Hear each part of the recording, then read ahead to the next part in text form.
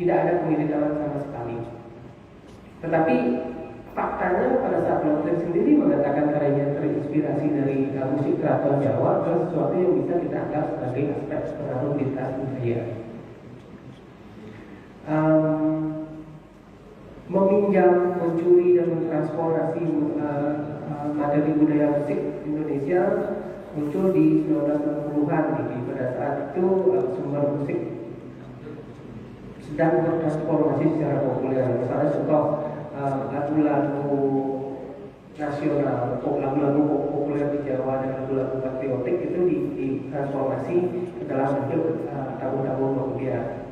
Misalnya Gending Gamak Suling menjadi bagian pengecat dari karya kemudian yang juga dinamakan Gamak Suling.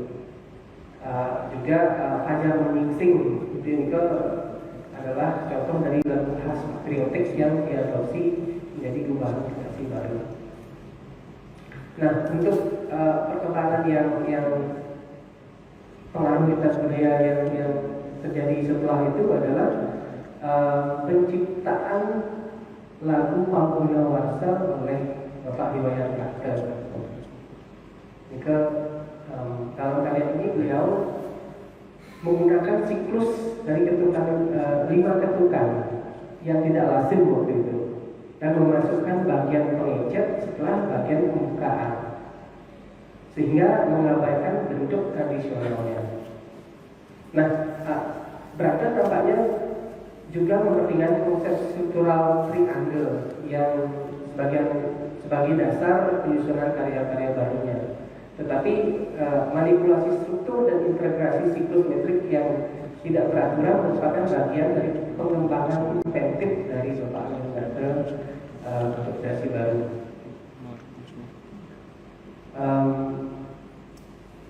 Selanjutnya dalam konteks perkembangan selanjutnya yaitu ada komposer Iwayan Widi Yudana dan Ibu Bud seperti ini adalah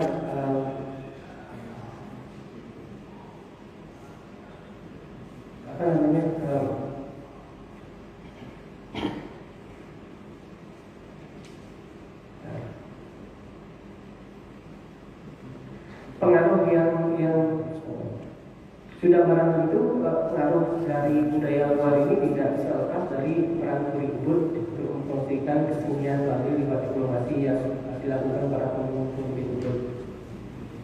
Hal ini menyebabkan terjadinya ketertarikan ahli musik luar untuk mempelajari musik Bali dan secara langsung memberikan pengaruh terhadap perkembangan musik di Bali.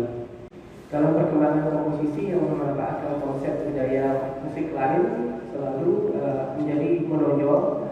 Hanya pada waktu itu setelah gamelan Sekar Jaya itu datang kembali pada tahun 1945. Nah ini sebagai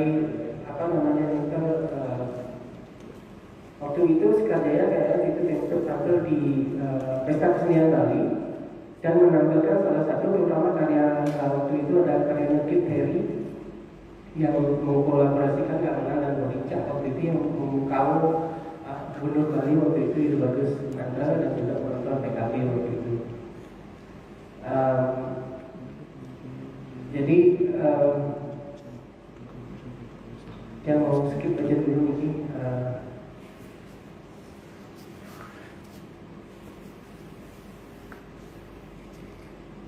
Nah, pada tahun 2000 kedatangan komposer Amerika Michael Tenser ke Ubud waktu itu dan juga dengan grup Sekar Jaya juga waktu itu membawa salah satu tabuh yang namanya Talak Alam. Tabuh ini merupakan sebuah kreasi baru yang menggabungkan teknik musik India Selatan yang menampilkan solois tabla waktu itu yang bernama Kosik Senta yang memukau penonton Bali waktu itu. Dan waktu itu dia juga sempat dengan Sanggara yang ada di Ubud baru dengan Sekar Jaya waktu itu dan memang memberikan pengaruh yang cukup besar pada pola pikir penciptaan waktu itu. Pengenalan materi-materi musik India menginspirasi cara baru komposer di Bali. Dari ritme-ritme tabla yang digunakan dalam karya dancer ini mulai meminjam dan memodifikasi beberapa konsep India yang diperkenalkan dalam kalam itu. Artinya dengan mendengar karya dancer itu, komposer-komposer yang tahu yang waktu itu baru yang dari itu mulai mencoba lembaran baru untuk mengadopsi konsep-konsep musik seperti itu. Jadi ini adalah contoh bagaimana komponis dan cendekiawan Barat seperti dancer secara tidak langsung berperan sebagai jembatan dalam adopsi materi musik asing oleh komponis Bali. Jadi dengan adanya dancer ini, dia secara tidak langsung menjadi penyambung lintas budaya itu kepada musik Bali. Nah, terbukti pada tahun 2000 itu juga komposer muda Ubud ingin diwujudkan Alif membuat sebuah versi baru yang memang betul-betul mengolah ketujuh nada yang ada dalam gamelan Semaradana. Jadi perlu diketahui seperti yang dikatakan Prof tadi, Semaradana ini khusus memang dipesan oleh Coba Putra atas rekomendasi Pak Prof itu pertama kali di tahun 1988 ketika akhir 87 ke 88, dan gamelan yang pertama dibuat itu masih sampai sekarang ditulis oleh Ubud. Dan setelah itu berkembang ke suka-suka yang ada di Ubud seperti Suara Ratih, Sudamani, terus di Banjar-Banjar juga ada di Taman Kelon, di Padang Tegal Kancil memiliki gamelan Semaradana. Nah, Semaradana itu memang berkembang, cukup berkembang di Ubud dan juga di Banjar-Banjar yang ada di Ubud. Nah, terbukti juga dengan karya Gregel dari Dewa Alit yang memang memanfaatkan secara maksimal patutan-patutan yang ada dalam gamelan Semaradana waktu itu. Nah, itu menurutnya adalah karya yang pertama yang memaksimalkan itu dalam bentuk kreasi baru. Dan sebelumnya mungkin karya-karya kemudian yang ditransfer di sana, karya-karya gulingan yang dikaitkan Semaradana ini menjadi tonggak awal bagaimana spirit dari raja-raja Ubud itu kita kembangkan dalam konteks musik. Alit dari karyanya itu mendapat apresiasi yang sangat luar biasa oleh penonton, tidak hanya Bali tapi internasional juga, dan mendapat perhatian khusus dari peneliti-peneliti Barat. Dan buktinya gending Gregel itu dianalisa oleh waktu itu si Wayne Vitale dan ada beberapa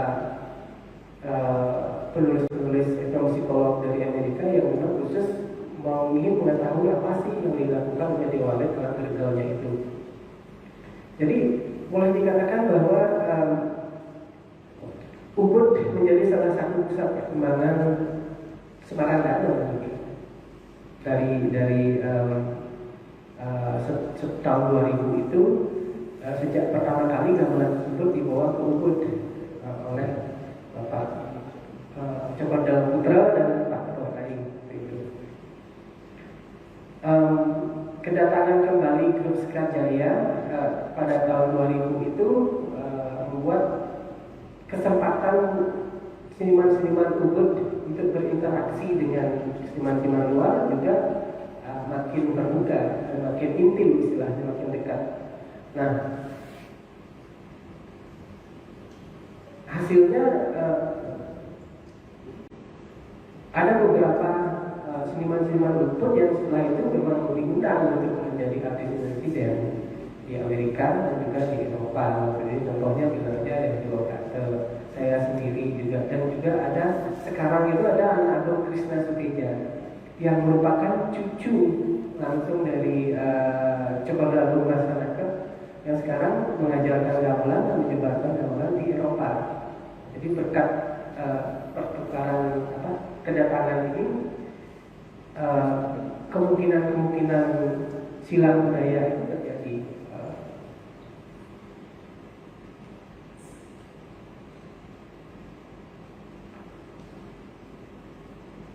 Begitu juga tentang pemahaman yang terhadap pola-pola musik asing dan juga sistem-sistem pelarasan ini juga memacu timbulnya gamelan-gamelan baru di Ubud. Ubud. Terbukti setelah sebaran dana di Ubud muncul gamelan yang bernama gamelan Salukat. Nah ini gamelan ini dibuat oleh Dewa Alit. Jadi gamelan ini memang pada gamelan dulu itu Alit menata ulang tangga nada dan pelarasannya dengan mengikuti selera intelektualnya yang menggabungkan atau memproses kemungkinan tangga nada gamelan yang menampilkan 11 nada baru. Jadi tidak hanya 7 nada tapi 11 nada. Ini juga hasil kultivasi pembelajaran yang Alit katakan secara tradisi di Ubud dan juga pembelajaran yang pengalaman Alit di dunia internasional. Jadi hal yang dilakukan Alit ini adalah untuk kepentingan komposisi Alit sendiri dengan mencari hubungan interval titik nada vertikal. Kalau yang biasanya kan linear ya, kalau Alit hubungannya top down untuk menghasilkan kombinasi baru yang khas dari kombinasi heterofonik gamelan tradisional. Jadi Alit ingin mengubah persepsi dan perasaan pendengar dengan sengaja mengembangkan sistem laras pada gamelan Salukat berikutnya. Jadi ini memang betul-betul tidak meniru konsep pengaturan nada barat, dan ini memang betul-betul mengembangkan konsep tradisi gamelan Bali dengan menambahkan 4 buah nada dari ke-7 nada yang tersedia. Itu menurut imajinasinya Dewa Alit. Menurut dia juga sistem mengembang nisab itu tidak bisa dilakukan karena jumlah jarak nada yang terlalu dekat dari kombinasi ini. Nah kemudian dari spirit yang diterima atau yang saya rasakan dari pemimpin Ubud itu untuk bisa melakukan terobosan dan inovasi, saya sendiri juga membuat gamelan baru yang dia namakan gamelan Yuga Nada. Itu juga adalah hasil perenungan yang bereksperimen dengan rentang nada ulang dan juga jumlah nada dalam satu oktavnya, karena dengan gamelan tradisional itu yang jumlahnya hanya 7 atau dalam satu instrumen sampai 12 nada itu yang tambahkan menjadi 3 oktav untuk memperluas rentang atau wilayah nada dalam berkomposisi. Nah, tangga nadanya itu berdasarkan tangga nada kuno dengan konsep 7 nada yang bernuansa neoklasik sebenarnya. Dia kuno tetapi baru. Gamelan ini memberikan jangkauan nada yang lebih luas dibandingkan dengan gamelan tradisional lainnya, dengan menambahkan jumlah nada dalam setiap instrumen ganser menjadi 3 oktav. Dengan rentang nada yang lebih luas ini, dia sendiri memiliki keleluasaan untuk memainkan melodi secara linear ataupun cyclic dengan jangkauan yang lebih luas. Nah, dari pemaparan yang panjang tadi, dia bisa wrap up, menyimpulkan bahwa pesan yang dapat secara pribadi Niki dari spirit para penggawa Ubud itu adalah dalam menyongsong masa depan, memahami arti tradisi dalam situasi sekarang ini adalah hal yang terpenting. Seperti yang dikatakan oleh Sahabat Mulyanto, begitu yang mengutip bahwa sesuatu yang diwariskan tidak berarti harus diterima, dihargai, diasimilasi ataupun disimpan sampai mati. Ini kutipan dari Mulyanto. Jadi menurut dia dari kutipan itu dia melihat bahwa orang yang menerima aktivitas atau benda material, kepercayaan masyarakat dan fenomena yang diwariskan itu tidak melihatnya sebagai tradisi yang diwariskan. Tradisi yang diterima itu adalah bagian dari kehidupan sehari-hari masyarakat. Jadi tidak itu dipakai langsung di dalam kehidupan kita sekarang, tetapi tradisi itu dianggap sebagai bagian dari kehidupan sehari-hari kita sesuai sesuai dengan zamannya gitu. Nah jadi tradisi itu dipertahankan hingga sekarang dan memiliki posisi yang sama dengan inovasi. Dengan pemahaman ini, tradisi tidak boleh ditempatkan melawan inovasi. Tradisi berubah dan berkembang, dan itu harus ditempatkan secara paralel dengan inovasi. Seperti halnya yang dilakukan oleh Cokorda Gede Ragil Sukawati dan Cokorda Gede Agung Sukawati yang memang terbuka untuk melakukan terobosan-terobosan baru dalam bidang seni budaya, terbuka terhadap pengaruh asing, melakukan asimilasi terhadap pengaruh-pengaruh tersebut supaya sesuai dengan situasi kondisi kehidupan masyarakat pada zamannya. Seperti itu. Nah mungkin itu karena mohon maaf kalau ada yang kurang, dan ini pasti masih sangat jauh dari sempurna. Yang mohon maaf kalau ada kesalahan. Mungkin nanti bisa sebagai pemantik juga untuk diskusi selanjutnya bagaimana saya sebagai proposer memahami spirit yang diwariskan di Ubud selama ini dalam konteks penciptaan karya seni. Seperti itu. Terima kasih banyak. Baik. Terima kasih Pak Sudirana. Jadi itu tadi dua pemaparan dari dua narasumber kita dalam bedah tema besar hari ini, yaitu Ubud dalam jelajah seni pertunjukan Bali. Yang tidak terasa hampir 1 jam 50 lebih, hampir 2 jam kita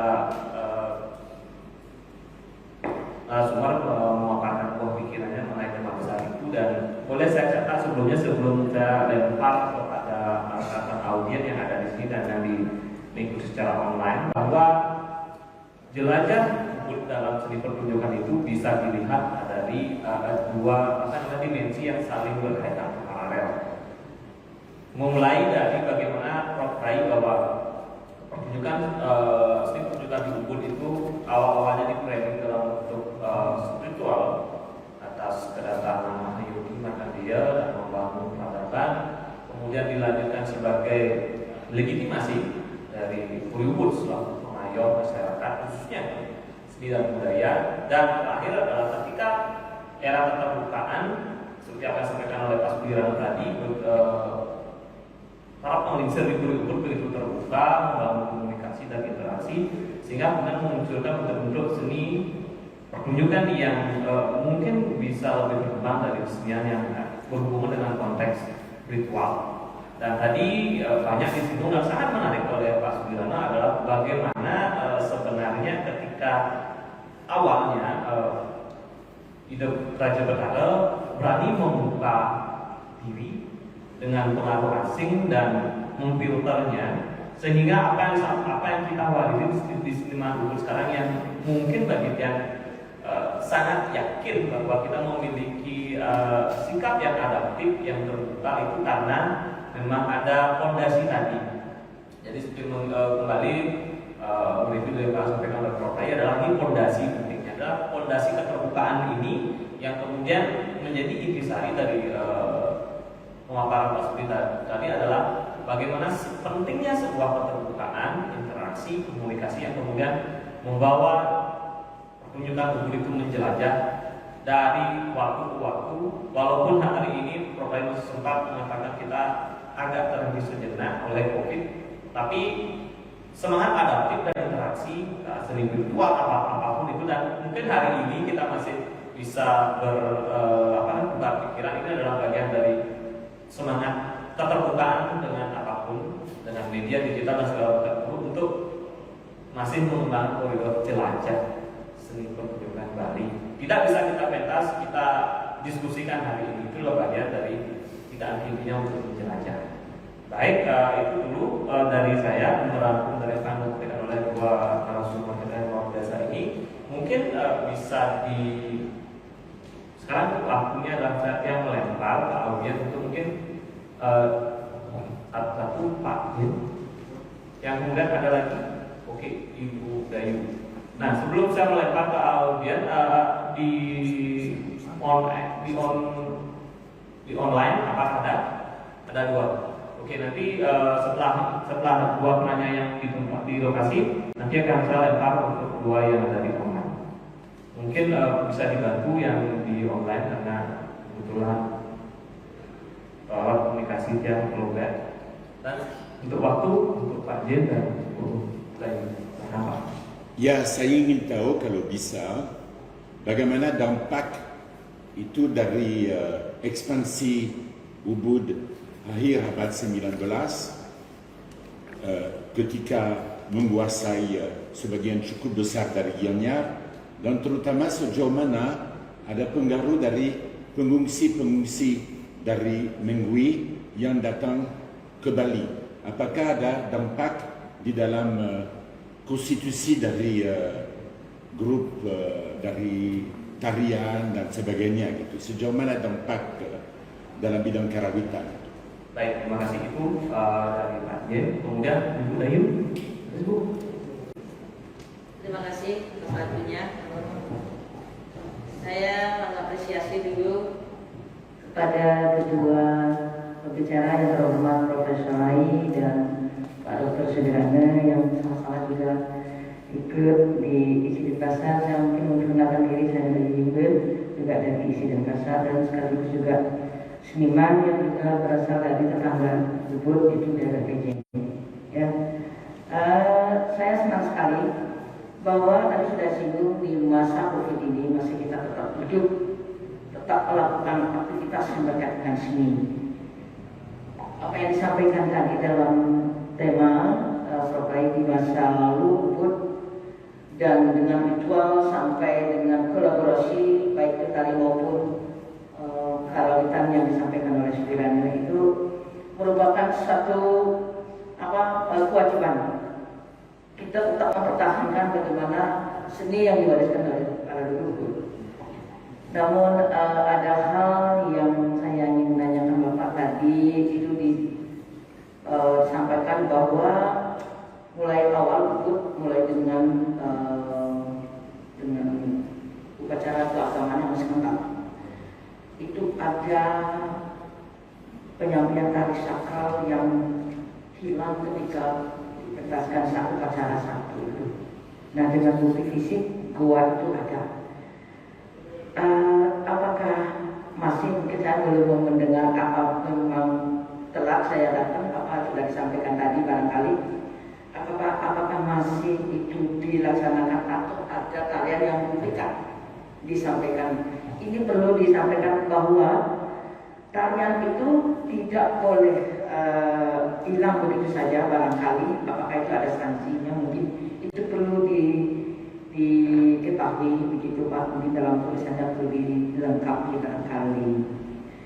Nah, lalu kalaupun ada duplikat nerajan itu apa tariannya, apa namanya? Lalu yang kedua saya ingin tahu bahwa menyinggung legong. Pementasan secara umum di Bali kan memang legong awalnya karena kita tidak mempunyai nama legongnya seperti apa gitu. Nah, muncul legong, mana duluan legong kelihatan apa legong di Ubud. Nah, ini karena dia sama-sama galeri juga ada di sini, galeri juga ada di sini disampaikan tadi. Saya karena begini Pak, saya ingin tahu juga karena saya senang juga meneliti tentang keberadaan legong di Bali. Ini menjadikan satu informasi yang penting bagi saya. Mungkin saya yang mendapatkan informasi bagus di sini, saya akan lanjutkan lagi dalam tulisan saya. Gitu.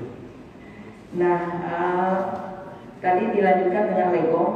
Apakah ada penarinya yang masih atau yang melanjutkan?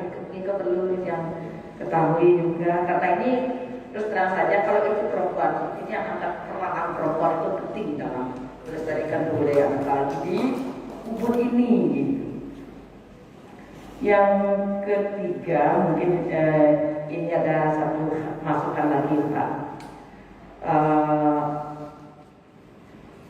Seminar ini sangat penting. Tidak hanya di sini barangkali, walaupun ini nanti di virtual, barangkali skopnya ditingkatkan Pak. Karena informasi penting di Ubud ini bakal diketahui oleh publik tadi. Selain akan dijadikan buku, mungkin perlu lagi diadakan. Saya sarankan bisa dikombinasikan mungkin di Pemda, di kabupaten atau bahkan di provinsi. Mungkin saja bisa masuk di ranah pesta seni, mungkin di Serasen itu bisa masuk. Ini materinya luar biasa, karena dari sakral, dari perjalanan yang awal sampai kini ini sudah komplit sekali. Mungkin perlu juga disebarluaskan selain menjadikan buku nantinya gitu Pak. Saya sangat bangga sekali karena Ubud. Saya baru tahu betul bahwa Ubud ini punya misteri yang luar biasa di bidang seni, luar biasa. Karena seni yang biasa kita dengar atau celotehan dari luar, barangkali seniman itu hanya terkenal dengan sabun, peliakan, tabanan gitu. Tapi Ubud hanya tidak secara detail. Sekarang saya sudah dapatkan secara detail bagaimana Ubud yang sesungguhnya, begitu. Nah, nanti Pak Sudirana, sekarang Anda ini sebagai generasi jadi luar biasa seniman yang mempunyai jiwa maju, itu kolaborasi Anda sudah luar biasa dan sudah mendata para seniman-seniman karawitan yang berkolaborasi dengan dunia barat. Itu luar biasa, saya sudah ikuti semuanya, baik itu dalam YouTube atau ada dalam seminar, barangkali informasi saya sudah ikuti, luar biasa. Namun saran saya, karena ini itu mempunyai misteri yang luar biasa, baik kami maupun karawitan, yang kabur tradisi itu dicari lagi, jangan dilupakan. Jangan sampai duluan orang luar yang menggalinya. Nah ini saran saya, sehingga nanti yang belum terjemah, tersentuh oleh kita itu jangan sampai duluan.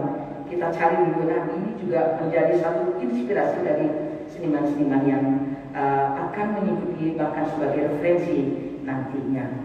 Selamat untuk kedua pembicara, terima kasih atas informasinya, dan saya akhiri dengan Barang Santi Om Santi Om. Baik, terima kasih Om, sangat luar biasa sekali. Mulai dari Pak Zen, yaitu menuju ke narasumber ekspansi ketika Ubud memang memiliki potensi pada waktu zaman feudalisme dengan pertunjukannya. Kemudian apakah ada pengaruh juga dengan Monui, karena memang punya hubungan dengan Monui. Itu yang pertama. Yang kedua, narasumber yang tadi Deorubimo ada beberapa lebih banyak memperoleh, mulai dari rejang tadi, apakah yang mitologi atau bagaimana, apakah memang Ubud punya rejang atau pendetan yang memang untuk di Ubud sendiri pada waktu itu. Yang kemudian adalah penggalian seniman teknologi, dan terakhir detailing Ubud dengan gaya lain-lain. Dan terakhir nanti Pak Sudi, karena di challenge untuk penggalian seni tradisi yang di Ubud, mungkin selain yang baru-baru, mungkin bisa stimulus tentang harga dan barang laku. Mungkin nanti silakan, mungkin mulai dari Prof.